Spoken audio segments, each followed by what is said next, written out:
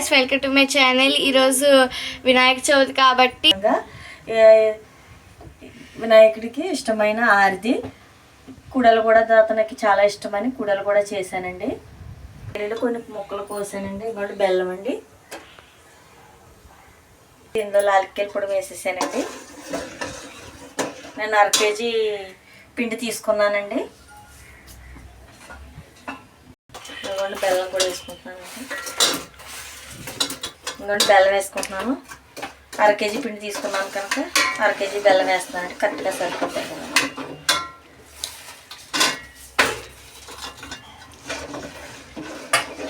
రావాలి కదండి. కొంచెం ఉప్పు కూడా వేసుకోవాలండి, లేకపోతే టేస్ట్ రాదండి. కలపండి.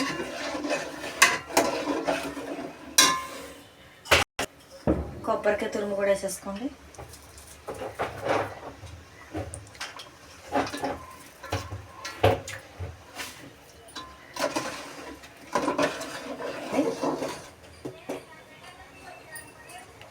అర కేజీ పిండికి అండి లోటా పిండి ఉందండి.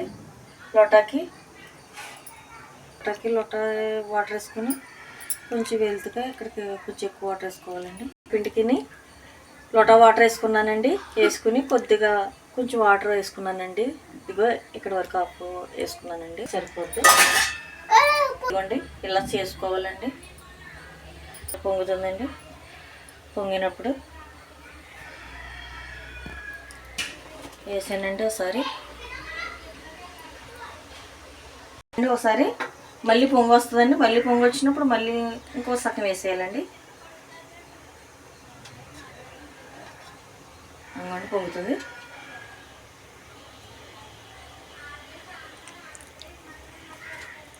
ఇంకో సగం వేసేయండి. మూడో పొంగు వచ్చినప్పుడు మొత్తం వేసేయాలండి.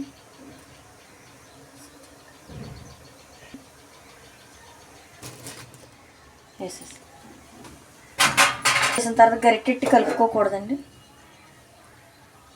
ఇలా మిక్స్ చేసుకుంటే సరిపోతుంది అండి. ఇంకేం కలుపుకోకూడదండి. కట్టేస్తే సరిపోద్దండి. ఇంకొకసారి పొంగితే మొత్తం వేసానండి. కొంచెం పొంగు వస్తే చాలు, ఇంకా అయిపోయినట్టండి.